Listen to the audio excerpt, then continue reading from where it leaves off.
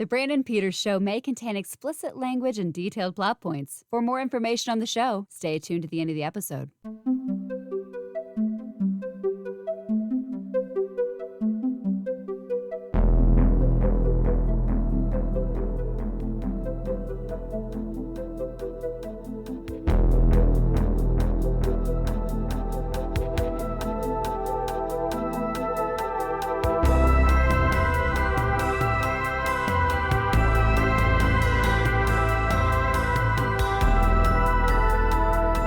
And now, here's Brandon.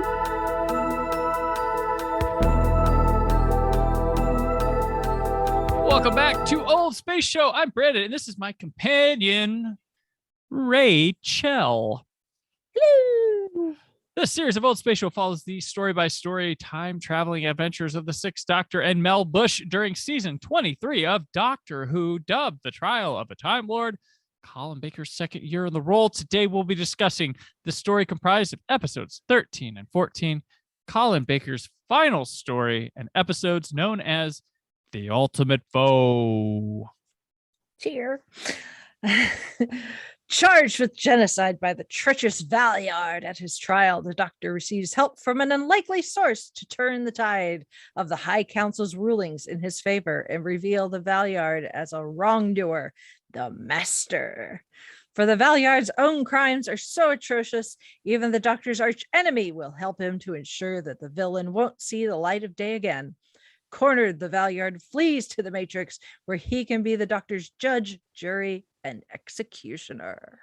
All right. Chris Clow returns to direct this.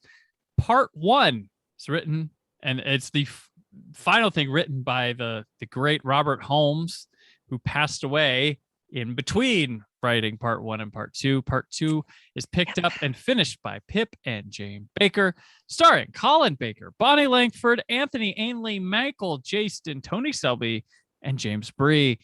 So we get returns in this one, Glitz and the Master, but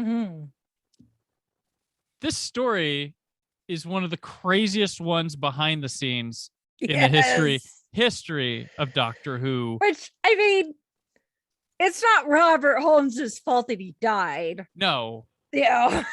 And it wasn't his reaction to this story. Yeah. It's not like he did it on purpose, but yeah, his unexpected passing did create a big wrench in the production behind the scenes with this, because he did not finish the script. So the powers that be call up Pip and Jane Baker and be like, hey, you've already worked on other parts of this big thing, kind of. Well, no. First, Sayward finished it. Well, yeah. And because Eric Sayward and John Nathan Turner had been butting heads all through this era. And Sayward, Bob Holmes. John Nathan Turner was butting heads with everybody. Yes. From the day he took the helm as showrunner. Right. Sayward. The man was a jackass. He was to people and to fans back in the day. But so Sayward wants to finish it.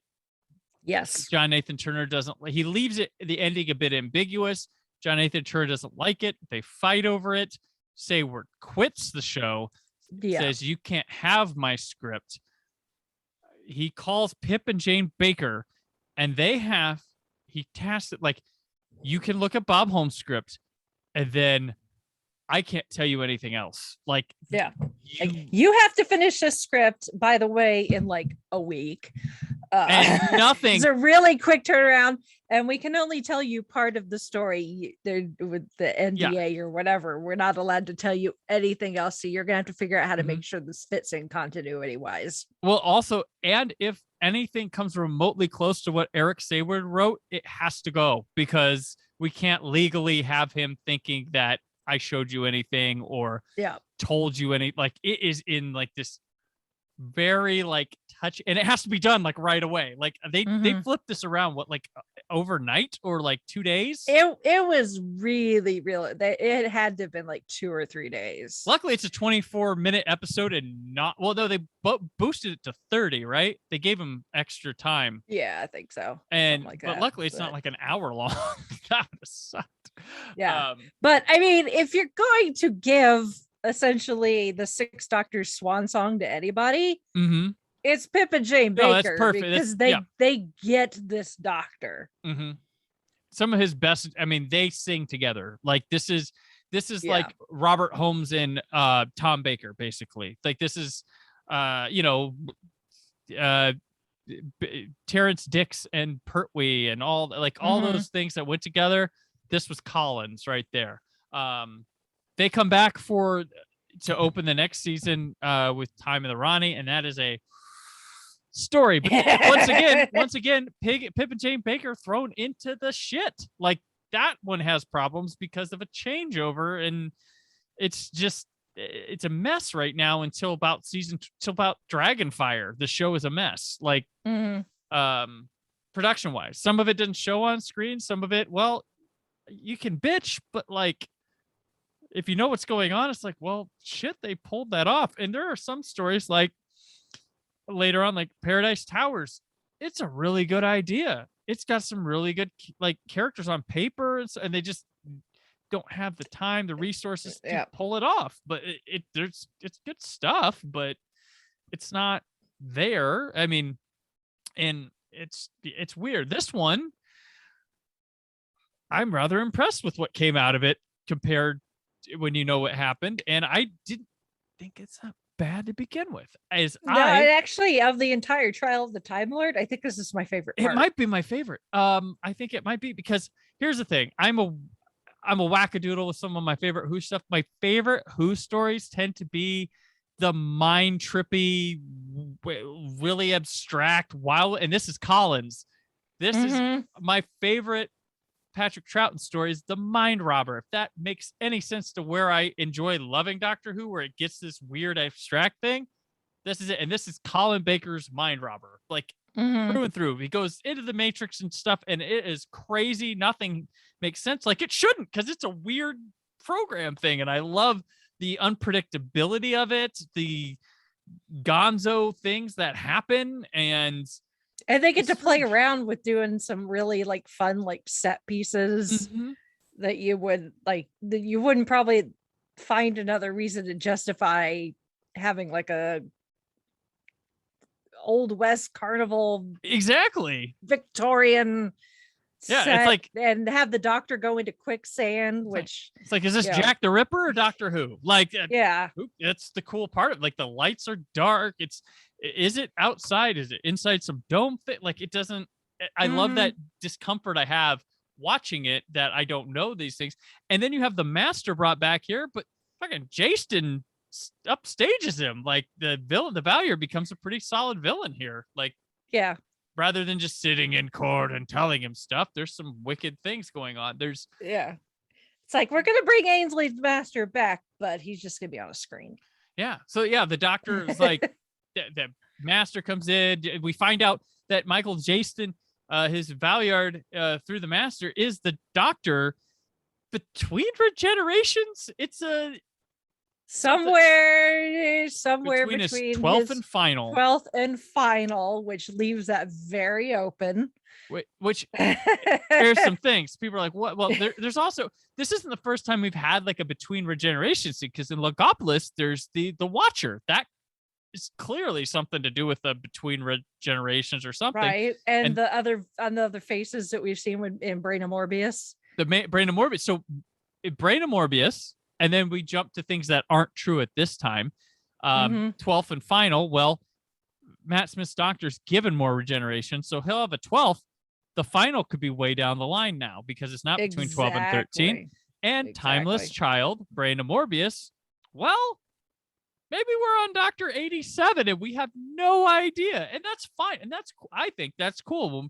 It's Doctor Who. The Doctor is always a mystery. And I always love anything that adds to the mystery of the Doctor. I don't think it shits on it. I think when we're just like content, well, this is who he is. I think there should always be a little mystery to who the fuck am I this guy I'm obsessed with watching all the time. Yeah. These Well, people go on adventures with. And I mean, having the Valyard run around calling himself the Valyard and not the Doctor opened it up for John Hurt's War Doctor, who refused to call himself the Doctor during the Time War. Exactly. So, how many other incarnations are there that we don't know about because they're not going by the name the Doctor? Yeah. And we have Joe Martin's Doctor, which was first known as the Fugitive Doctor, and now they've changed it to what's the organization? I want to call her Dr. Ruth, but I can't. Yeah, the Ruth Doctor. There was the Ruth Doctor, the Fugitive Doctor, and now the. But I say Dr. Ruth, that either makes me think of the Baby Ruth candy bar or Dr. Ruth, the sex therapist. So yeah. What's the group she's in, or what she does missions for? It's called the Oh yeah, it's got a real simple word to it, but they're calling her that doctor now, that something doctor, whatever. Yeah, I know what you're talking about. Brain farting because we're talking classic Who, that's modern Who. Yep. But yeah, so I only got so much space up here for things. Watch this space. Yes. So, but yeah, so this one, he goes in. There's a lot of trippy stuff. There's him getting. I love. It may look corny. I love him getting pulled into the sand with the hands. That's awesome. I'm sorry. And he gets to scream for the cliffhanger like Mel. Yeah. I think that's funny. And then him coming up with Savalon Glitz. And then the thing is, they filmed that in reverse. Yep. And he says a word properly out of his mouth. And there's no digital trickery. Colin had to mouth that word backward perfectly for it to come out forward, and it looks awesome. They had to build like a pit with like a tub, like a 5-gallon tub inside the ground with all, with this stuff covering it. And it just had like a thin, I don't know, sheet or something with a slit in it so that Colin could pass through it. Yeah. But make sure that he actually has air so that he doesn't suffocate. Right. Yeah.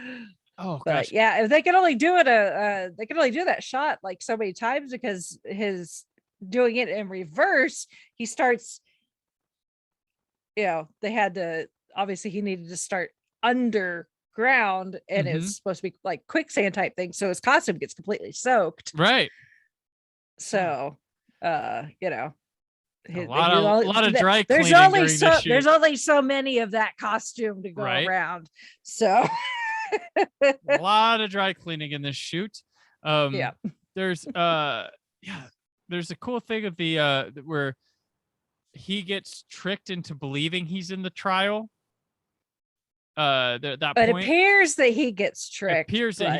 But yeah, it appears, but it's like it's a really cool sequence. I'm like, I don't care who the fuck you are in anything. That was really cool. It's like, oh shoot. And then it pans back to show that Mel is watching the Doctor inside the Matrix thinking he's in, but he knows what's up. He's the smartest guy in the room at all times. Always. And it's really fun. There's the Fantasy Factory. That's a cool sign.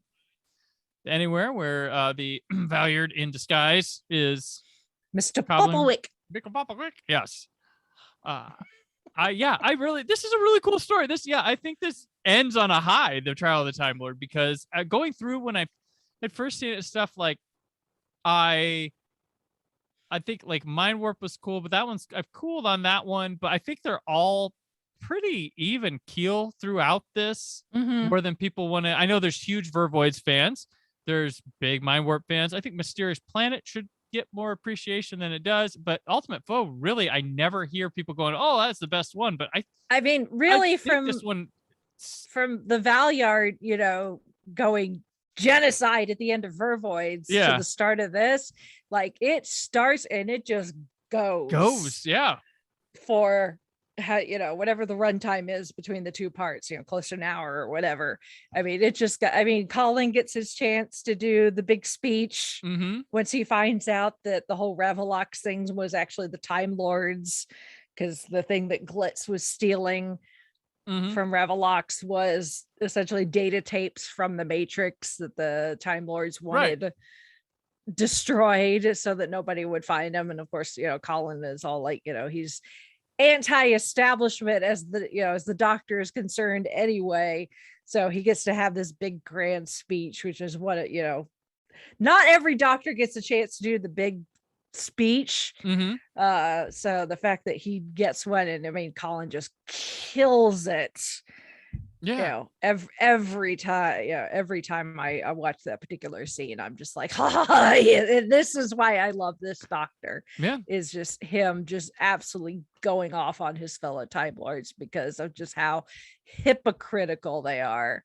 They try to be so holier than thou. It's like the Jedi. It's the Star Wars. It's the Jedi for Doctor Who. The hypocritical, heroes that you see, and the more you get to know them, you're like, I don't think you hold up. Those are your mission statement has some holes in it. Like, but he outsmarts the Valyard, thinks he defeats him, but he's still around in the end. He turns around, never to be seen.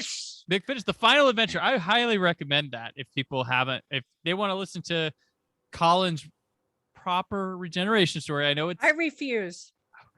It's good though. You can listen to I know, but I'm with Colin. He didn't regenerate on screen, so therefore it does not count. Well, he wrote a little does his little essay he wrote inside the set count? Because he counts it. What if you listen to the first 3? Because there are 4 separate stories, Rachel.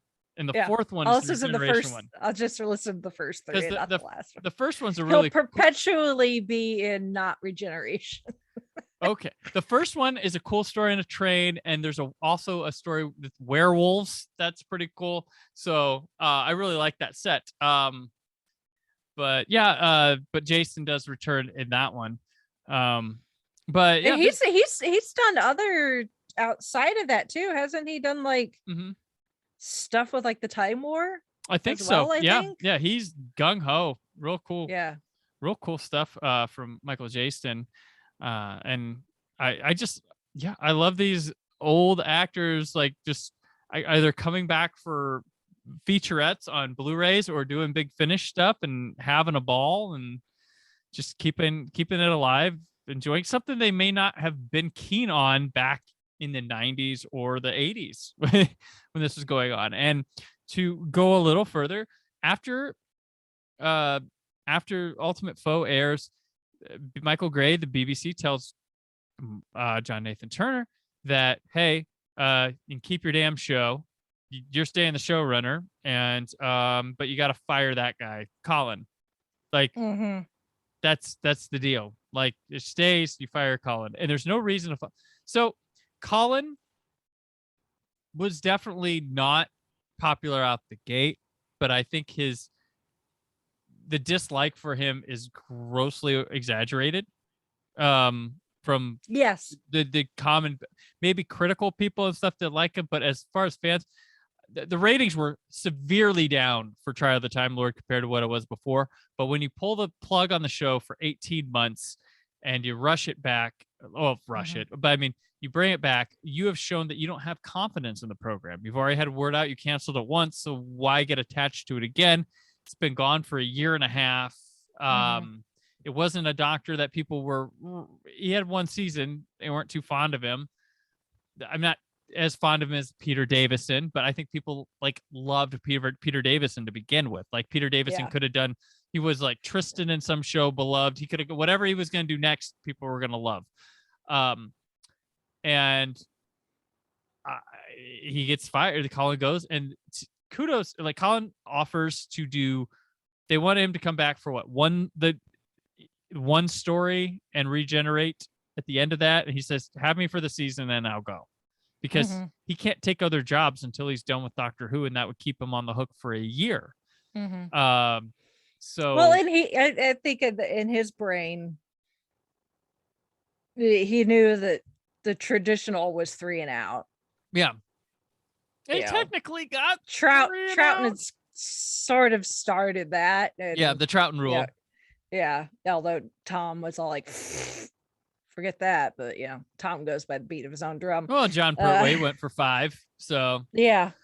they were the but like, you know, when Peter Davison took over, and even Patrick Troughton was like 3 and out, it's the best thing. Although I think when Colin went in, he's like, I'm gonna do this for as long as possible. No, he wanted to pass Tom Baker. Yeah, he wanted to. He was in it for the long haul. So, you know, I don't know what his contract legally was when he originally signed on, whether it was 3 or what. So I don't know if maybe part of that was just trying to get what he was contractually obligated for. Well, and Sylvester didn't get a chance. It was 3, and well, we were canceled. Like he said he would have gone till they asked him to leave, and he was pretty sure he was probably going to get one more season, and they were going to write him out. But he would have just gone till it was over. But he had no choice, and Colin, who wanted to, was gone. He wouldn't return for his regeneration, and luckily, though, he knew the part was bigger than in the world of it was bigger than him and bigger than a BBC guy who had him fired. He never was bad to fans. He did conventions. He came back for Dimensions in Time. He did audio. He's done a shit ton of audio dramas. Oh yeah. I mean, he's been, any time that I can talk about Colin Baker as a person, not just as his run as the Doctor, I am more than happy to. I consider myself lucky that, I mean, this has been the case with all the Doctors, that they've all been very great, you know, to the fans and the fandom, and great ambassadors for the show. But Colin, you know, if he had a chip on his shoulder, I don't think anybody would blame him. But he doesn't. You know, the fact that he was done so dirty, and he is just, he is such a great ambassador for the show. You know, he is so supportive of, on the flip side, everything they do. You know, when they announced Jodie as the Doctor, and you know, some of the fandom was having a fix, or like, oh my God, a woman, and Colin was like, she's the Doctor whether you like it or not. Well, and he verbally quoting himself. He verbally backhanded Peter Davison, because Peter Davison did this boo-hoo role model for boys, and he's like, he said what? He's like, I will have a talk with him. Like, I was like, oh, well done. Like listen, laddie. I mean, I'm grateful for Colin, because on the flip side, look at Christopher Eccleston. Like, Chris is warmed up to it. He's warmed up. He's now to the point where he says, if you want me back, you get me by myself. I'm not doing multi-doctor, you know. That's better than he's Cold Day in Finish. Hell. That's better than Cold Day in Hell. He's come back for Big Finish. Which is great. I got to meet Chris at a convention. It was the last convention I went to before the pandemic started. And he had not been doing conventions very long. I mean, he was probably not even double digits for conventions yet, as far as appearances. And he showed up to the table, and of course, you know, there's a super long line, because people are like, oh my God, you know, it's the Ninth Doctor, he's finally doing conventions. And I could just kind of tell by his body language that he was just, I don't think he could ever really quantify just how big this thing that he I think he's finally starting to realize, and he's starting to realize anybody that pissed him off, and or any one himself. It's bigger than any one person, and the fans are so great that there shouldn't be anything to be afraid of. So and he was super super nice when I met him. Super nice guy, but you could definitely tell he was just like, okay, this is a thing. Well, it was just a job for him in 2005, but now, you know, it was 14 years later by the time I saw him, and it's like, oh yeah, this is the thing. Without him launching it, I don't know if we're here or not.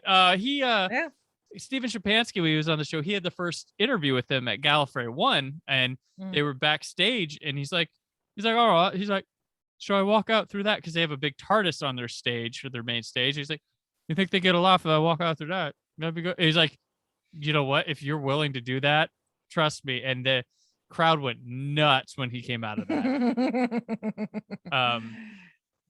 And Yeah, so he had a really good interview with him there and stuff, and Steve was just like, "Oh, it was crazy." I had the first one with him, first, Doctor Who. It wasn't his first convention appearance, his first Doctor Who convention appearance. So he had the first, Mhm.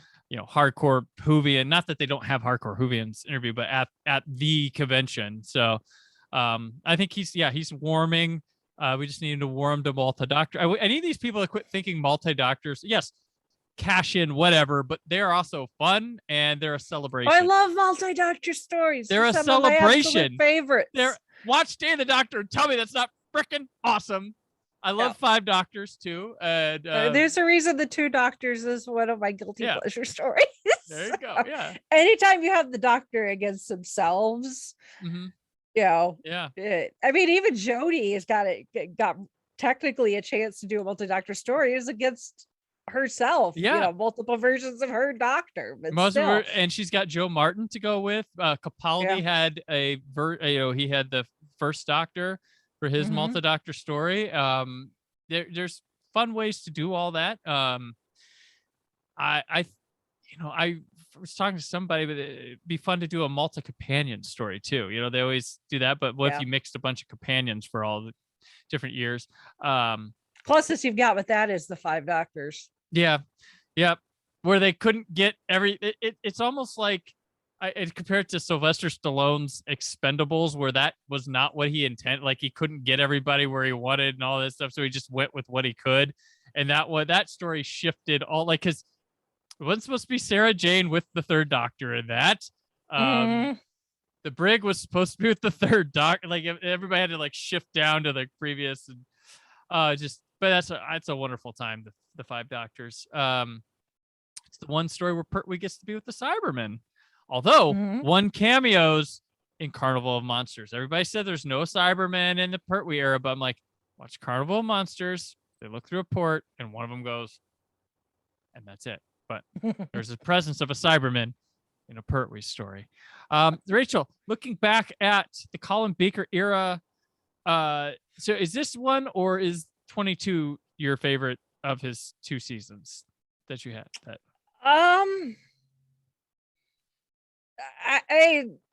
I think overall, I think I like this one more than 22 because 22 is just so up and down. This does not have a story as bad as Time Lash. Right. Like, I'll give it that. Yeah. I mean, this is pretty solid from beginning to end. And actually, I think it gets more, I think it builds up. It starts out, Mysterious Planet is pretty good.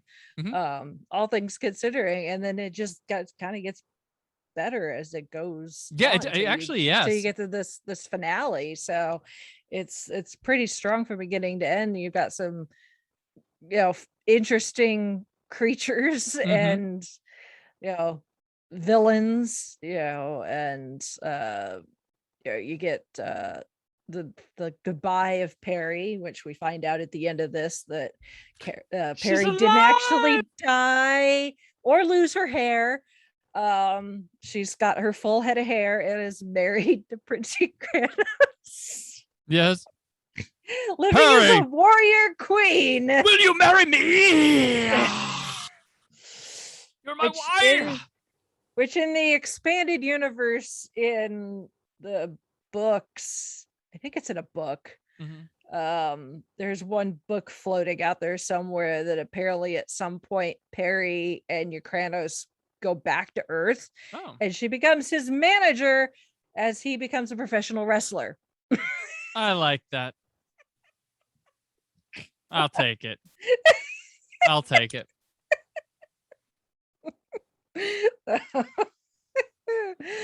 I love it. I'm personally, I'm a little bit bigger on season 22, but I like this season's always such a blast to go through, and I think it's really seen an uptick in popularity since the Blu-ray came out, because a lot of people went to that set.